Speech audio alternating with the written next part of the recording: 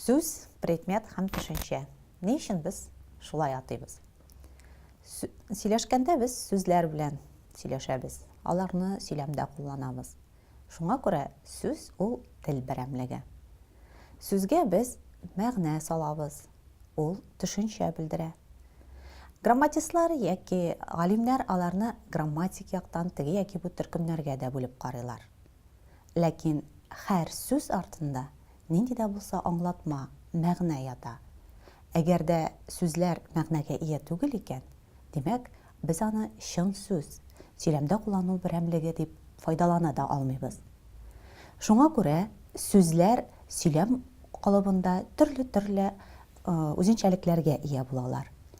Без, мәсәлән, тиен дибез.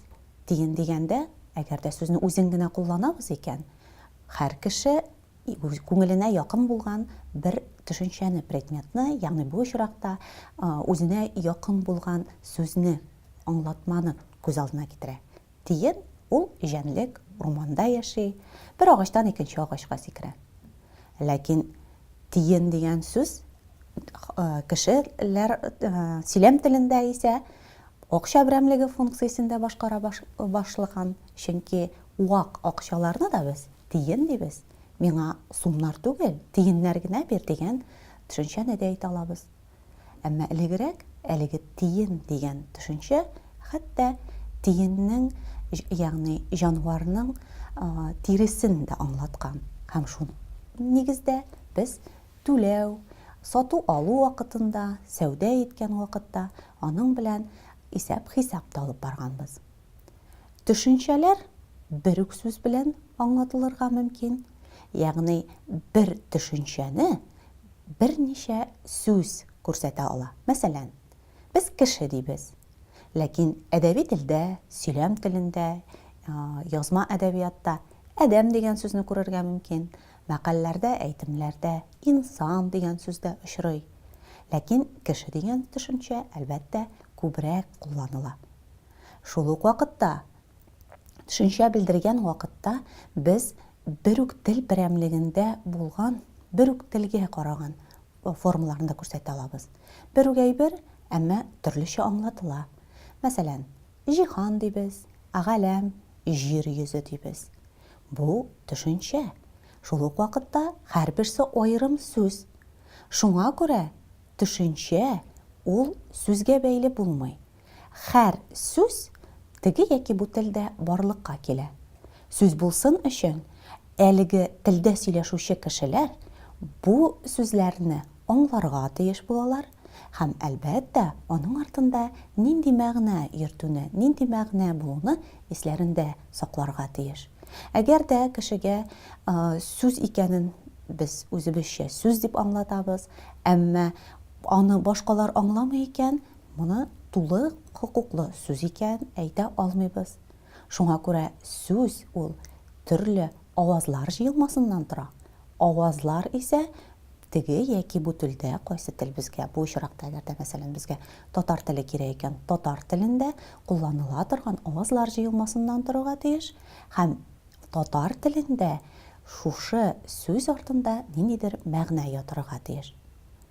Һәр сүз предмет яки аның билгеле бер өлешен, чынбарлыктагы күренешне, теге яки бу предметка нисбәтле, кешегә, затка нисбәтле өлешләрне белдерергә тиеш була. Шул очракта гына сөйләмдә алар актив кулланылышка керә. Ни өчен шулай атыйбыз дибез? Бер үк сүз бер үк халыкта, бер үк кешеләр җәмгыять җирлегендә дә төрлечә аталырга мөмкин. Әмма бу сүз әлеге халык өчен, әлеге кешеләр төркеме өчен аңлаешлы булсын өчен һәр мәгънәне, һәр төшенчә артында торган мәгънәне барлык кешеләр дә аңларга тиеш. Мәсәлән, татар теле бар. Татар телене әдәби тел сүзләре дип кулланабыз. Язучылар бу сүзләрне кулланып язалар. Мәктәпләрдә укучыларга әлеге сүзләрне өйрәтәләр. Һәм без дә гомумән шул сүзләр белән сөйләшәбез. Әмма һәр җирлектә нәкъ шул сүзләрне, төшенчәләрне белдерә торган диалекталь, урынчалыкта кулланыла торган сүзләр дә бар. Бу сүзләрне исә инде әлеге урынчалык кешеләре генә белә. Яисә махсус шушы сүзләр белән, шушы урынчалык сөйләме белән кызыксынучы галимнәр белә. Шунлыктан диалекталь сүзләрне бар кеше дә аңламаганлыктан без әле тулы хокуклы, гомумән һәр халыкка шушы телдә сөйләшүче халыкка аңлаешлы сүзләр дип атый алмыйбыз. Бу исә предметның сүзгә карата нисбәтен, мөнәсәбәтен белдерә. Сүз булсын өчен мәгънә аңлашылырга тиеш.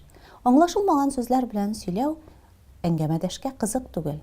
Аны аңлап булмый һәм әйтергә теләгәнне белдерсәк тә аңлаучы булмаганлыктан аның нәтиҗәсе күренми. Шуңа күрә һәр сүз үз мохитында яши, үзенең тышчасы була, ягъни авазлар җыелмасыннан тора. Предметны, процессны, билгене белдерүгә карата аның үз нисбәте, мөнәсәбәте күренә.